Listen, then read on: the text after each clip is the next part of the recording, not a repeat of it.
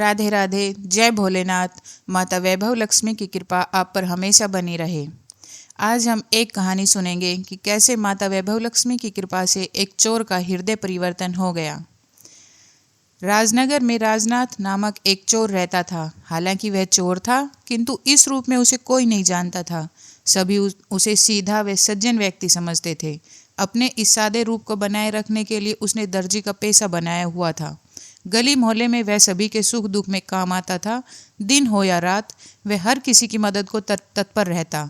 यही कारण था कि अड़ोस पड़ोस में भी उसका बड़ा सम्मान था। हालांकि राजनाथ एक सिद्धहस्त चोर था, किंतु उसने इस कहावत को अपने क्षेत्र में पूरी तरह से सिद्ध किया था कि सांप अपने बिल में हमेशा सीधा घुसता है। राजनाथ ने कभी भी अपने अड़ोस पड़ोस में इस प्रकार की कोई हरकत नहीं की थी। आसपास के क्षेत्रों से चोरी चकारी की खबरें तो आती थी, किंतु क्या मजाल कि कोई राजनाथ पर लेस मात्र भी शक करे। राजनाथ के परिवार में केवल उसकी युवा बेटी ही थी, जिसकी सगाई वह एक अच्छे परिवार के लड़के से तय कर चुका था। परंतु अफसोस था कि उपयुक्त दहेज न जुटा पाने के कारण वह उसका विवाह नहीं कर पा रहा था। लड़के के पिता की मांग थी कि दहेज में 20,000 रुपये नगद दिया जाए।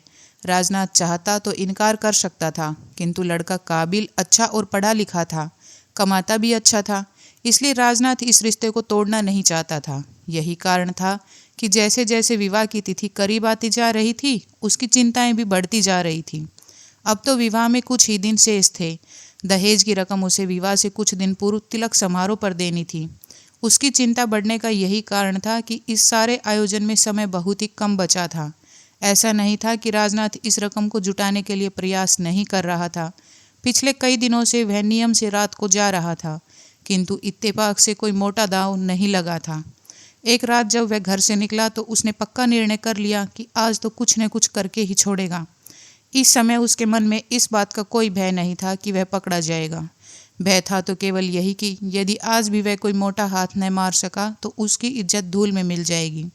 घबरा कर मन ही मन वह माता वैभव लक्ष्मी का स्मरण कर रहा था कि हे माता, अब तू ही मेरी लाज रख सकती है। आज कोई मोटा सा दाव लगवा दे। विवाह के बाद मैं बड़ी धूमधाम से न केवल तेरा पूजन करूंगा, बल्कि ब्राह्मणों व कन्याओं को भोजन भी करवाऊंगा।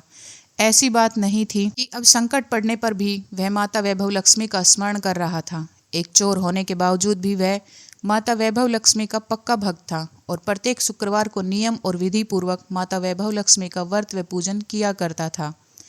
अतः मन ही मन माता लक्ष्मी का स्मरण करता हुआ वह काफी दूर निकल गया। इस बात का अचानक ही उसे बोध हुआ तो वह ठिठक कर रुक गया और आंखें फाड़ फाड़ कर इधर उधर देखने लगा। अरे, मैं तो काफी दूर निकल आया। खैर, उस सामने वाले मकान को ही टटोला जाए, सोचकर वह सामने वाले मकान की ओर बढ़ गया। फिर दबे पांव वह उसमें दाखिल भी हो गया। कहते हैं कि चोर की आंखें उल्लू के समान तेज होती है और वह अंधेरे को भेद कर भी देखने की क्षमता रखता है। राजनाथ की नजरें भी मकान में छाए अंधकार को भेद कर अपनी मनचाही वस्तु को तलाशने लगी। वह छोटा सा मकान था जिसमें 2 स्त्रियां रहती थी, एक अधेड़ और दूसरी युवा। वे दोनों गहरी निद्रा में थी। कक्ष में अधिक सामान नहीं था। वहां जो मुख्य और आकर्षित करने वाली चीज थी वह एक संदूक था। राजनाथ ने आगे बढ़ के उस संदूक को ही टटोला। शीघ्र ही उसके हाथ में एक पोटली पड़ गई। राजनाथ ने उसे अपने कब्जे में किया और जिस प्रकार दबे पांव मकान में आया था उसी प्रकार बाहर निकल गया। फिर तेज तेज कदमों से वह अपने घर की ओर बढ़ने लगा। चलते चलते वह पोटली के वजन के विषय में भी सोच रहा था। उसका मन गवाही दे रहा था कि सचमुच आज उसके हाथ मोटा माल लगा है। माँ वैभव लक्ष्मी ने उस पर असीम कृपा की है और अब उसके सभी कार्य सिद्ध हो जाएंगे। घर पहुंचकर उसने पोटली को एक सुरक्षित स्थान पर छिपाया और निश्चिंत होकर अपनी चारपाई पर लेट गया। जिस औरत के घर राजनाथ ने चोरी की थी वह विधवा थी और दूसरी उसकी लड़की थी जो युवा थी और विवाह योग्य हो चुकी थी। अधेड़ औरत का नाम कमलावती था और उसकी लड़की का नाम रामवती था। कमलावती ने एक एक पैसा जोड़कर बेटी की शादी के लिए वे गहने बनवाए थे। गहने उस पोटली में थे जिसे राजनाथ चुरा लाया था। अगले दिन कमलावती ने जब किसी जरूरत के लिए वही गहने वाला संदूक खोला तो उसने पोटली न पाकर वह दंग रह गई। उसकी तो जैसे दुनिया ही उजड़ गई थी। भय मिश्रित एक चीख सी उसके हलक से उबल पड़ी। रामवती दूसरे कमरे में थी। चीख की आवाज़ सुनकर वह दौड़कर उस कमरे में आई और पूछा, क्या बात है माँ, क्या हुआ? हम लुट गए बेटी, गहनों की पोटली गायब है। हाय राम, अब क्या होगा? वह छाती पीट पीट कर रोने लगी। रामवती भी स्तब्ध सी खड़ी रह गई। उसकी समझ में नहीं आ रहा था कि क्या करे क्या न करे। अलबत्ता माँ को विलाप करते देखकर उसकी आंखों में आंसू अवश्य उमड़ आए थे। बेटी रामवती, अब क्या होगा? कैसे मैं तेरा विवाह करूं? कैसे पेट काट काट कर तेरे लिए दहेज का सामान जुटाया था, अब तो इतना सामान दोबारा इकट्ठा करने के लिए मुझे 2 जन्म लेने पड़ेंगे। विधवा कमलावती के तो आंसू नहीं थम रहे थे। रामवती भी माँ वैभव लक्ष्मी की परम भक्त थी। वह भी नियम से माँ का व्रत पूजन करती थी। उसने आले में रखी माँ वैभव लक्ष्मी की तस्वीर की ओर देखा, फिर रुआसे स्वर में बोली, हे माता, यह आपने क्या किया? आपके होते ऐसा अनर्थ कैसे हो गया माँ? फिर काफ़ी देर तक वे इसी प्रकार रुदन विलाप करती रही। कुछ देर बाद उनकी आंखों के आंसू सूख गए। उस दिन उन माँ बेटी ने न कुछ खाया न पिया। धीरे धीरे रात हो गई तो दोनों माँ बेटी बिस्तर पर जाकर लेट गई।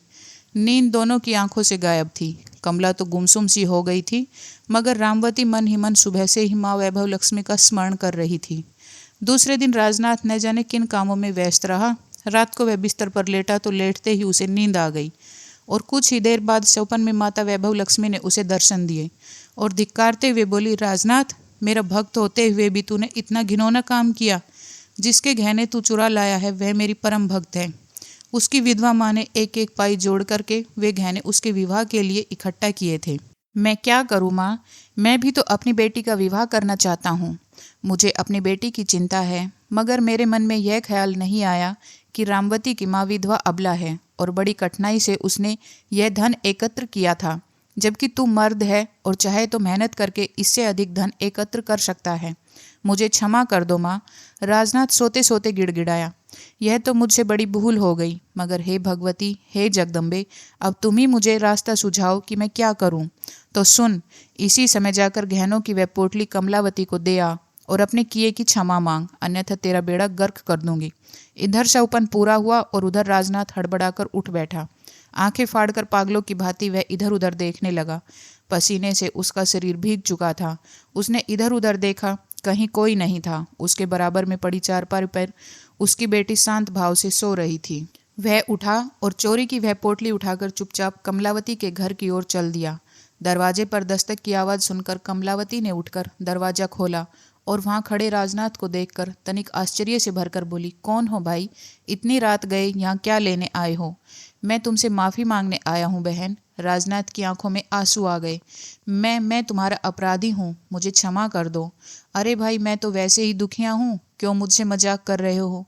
कमलावती दुखी स्वर में बोली, कल रात की कोई मेरे जीवन भर की कमाई ले गया। इस कारण से मैं पहले से ही बहुत दुखी हूँ। वह नीच मैं ही हूँ बहन। मैं ही तुम्हारे घर के गहनों की वह पोटली ले गया था। कहते हुए उसने पोटली उसकी ओर बढ़ाकर पूरी बात उसे बता दी। वह फूट फूट कर रोने लगा। मुझे माफ़ कर दो बहन, मेरी वजह से तुम्हें जो तकलीफ हुई है उसके लिए मैं बहुत शर्मिंदा हूँ। कमलावती ने पोटली ले ली और सहारा देकर उसे घर के भीतर ले गई और पानी पिलाया। फिर उसने बेटी को जगाया और सारी बात बताकर कहा, बेटी, माँ वैभव लक्ष्मी की कृपा से हमारा खोया धन वापिस मिल गया है। उधर राजनाथ विदा लेकर अपने घर आया। तब तक सुबह हो चुकी थी। अगले शुक्रवार को कमलावती और रामवती माँ वैभव लक्ष्मी का प्रसाद लेकर राजनाथ के घर पहुंची। राजनाथ उदास सा बैठा था। क्या बात है भैया, बहुत उदास हो? कमलावती ने पूछा। क्या बताऊं बहन, आज मेरी बेटी मालती का ससुर दहेज के 20,000 रुपये लेने आ रहा है। समझ में नहीं आता कि उन्हें क्या जवाब दूं। यही बात चल ही रही थी कि राजनाथ की बेटी का ससुर गंगाधर अपने संबंधियों के साथ आ पहुंचा। अब तो राजनाथ और भी अधिक घबरा उठा। इससे पहले कि वह कुछ बोल पाता, गंगाधर स्वयं ही बोला, भाई राजनाथ, अब तुम्हें दहेज की चिंता करने की कोई आवश्यकता नहीं है। माता वैभव लक्ष्मी की कृपा से ही कुछ ही दिनों में मुझे व्यापार में लाखों का लाभ हुआ है और सौपन में आकर माता ने हमें भी सावधान किया है कि तुमसे दहेज के नाम पर एक फूटी कौड़ी भी न लूं। इसलिए मैं यह कहने आया हूँ कि कल हम बारात ला रहे हैं और अपनी बहू को विदा कराकर ले जाएंगे। विवाह बिल्कुल सादे ढंग से संपन्न होगा। यह सुनकर सभी के चेहरे प्रसन्नता से खिल उठे। तब पड़ोस की एक महिला भागी भागी वहां आई और बोली, भैया राजनाथ, मेरे बेटे की तबीयत बहुत खराब है। डॉक्टर और वैद्य ने भी जवाब दे दिया है। अब तो तुम ही कुछ करो भाई। राजनाथ कुछ कह पाता उससे पूर्व ही कमलावती बोल उठी, चिंता मत करो बहन, खुशी के इस अवसर पर माँ वैभव लक्ष्मी की कृपा से कोई दुखद घटना नहीं घटेगी। माँ वैभव लक्ष्मी की कृपा से सब कुछ ठीक ठाक हो जाएगा। चलो मुझे दिखाओ कहाँ है तुम्हारा बेटा। सभी उसके घर गए। कमलावती ने थोड़ा प्रसाद और चरणामृत लड़के के मुंह में डाला तो माता वैभव लक्ष्मी की कृपा से वह फौरन उठ बैठा। यह देख सभी माता वैभव लक्ष्मी का गुणगान करने लगे और फिर नियत समय पर राजनाथ और कमलावती की लड़कियों का विवाह संपन्न हो गया। राजनाथ ने उस दिन सौगंध उठाई कि वह अब कभी चोरी नहीं करेगा। आपको यह कथा कैसी लगी जरूर बताइए और चैनल को सब्सक्राइब कीजिए। धन्यवाद।